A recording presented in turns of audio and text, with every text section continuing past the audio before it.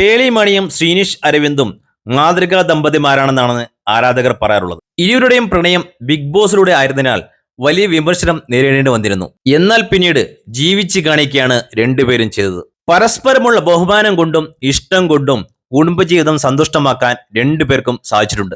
ഇപ്പോൾ രണ്ട് പെൺമക്കളുടെ കൂടെ സന്തോഷമായി ജീവിക്കുകയാണ് രണ്ടുപേരും. 3 സ്ത്രീകളുടെ കൂടെയുള്ള തന്റെ ജീവിതത്തെപ്പറ്റി മനസ്സ് തുറക്കുകയാണ് ശ്രീനിഷ് അരവിന്ദ്. ഗൃഹലക്ഷ്മിക്ക് നൽകിയ അഭിമുഖത്തിലാണ് അച്ഛനായ ശേഷമുള്ള ജീവിതത്തെപ്പറ്റി ശ്രീനിഷ് പറയുന്നത്. പേളി ചെറുപ്പത്തിൽ എങ്ങനെയായിരിക്കും അതുപോലെയാണ് ഇപ്പോൾ മൂത്ത മകൾ നില.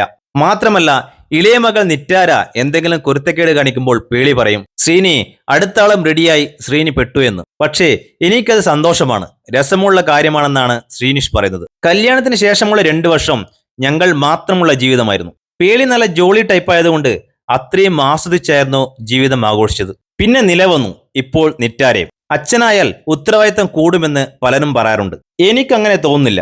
മുൻപ് ജീവിതം എങ്ങനെ ആസ്വദിച്ചോ അതുപോലെ തന്നെയാണ് ഇപ്പോഴും. ഇപ്പോൾ കുഞ്ഞുങ്ങൾ കൂടിയുണ്ട് എന്നത് മാത്രമാണ് വ്യത്യാസം. ജീവിതം കൂടുതൽ നിറമുള്ളതായി ഇപ്പോൾ തോന്നുന്നു. നില ജനിച്ച് ആദ്യത്തെ 2 വർഷം അവൾ പേളിയുടെ പിറകെ തന്നെയായിരുന്നു. ഇപ്പോൾ എന്നോട് കൂടുതൽ അറ്റാച്ച്ഡായി വരികയാണ്. ഡാഡി എന്ന് വിളിച്ച് എന്റെ പിന്നാലെ വരും. അതൊക്കെ ഒരു പ്രത്യേക അനുഭവമാണ്. ഇതാണ് കുറെ കാലമായി ഞാൻ ആഗ്രഹിച്ചതെന്ന് പേളിയോട് എപ്പോഴും പറയും. ഡാഡി എന്ന് കേൾക്കുമ്പോൾ തന്നെ എന്തൊരു സുഖമാണ്. സ്ത്രീകളെ ബഹുമാനിക്കാനാണ് ചെറുപ്പം മുതലേ എന്നെ പഠിപ്പിച്ചിട്ടുള്ളത്. എനിക്ക് 2 ചേച്ചിമാരാണ്. ചെറുപ്പത്തിൽ കളിക്കുമ്പോൾ ഞാനും ചേച്ചിയും അടികൂടും. ഒരു ദിവസം അമ്മ പറഞ്ഞു, നീ ആൺകുട്ടിയല്ലേ, അടിക്കുമ്പോൾ കൂടുതൽ ശക്തി ഉണ്ടാകും, ചേച്ചിക്ക് വേദനിക്കുമെന്ന്. സ്ത്രീകളെ ബഹുമാനിക്കുന്നത് അന്നേ മനസ്സിൽ കയറിയതാണ്.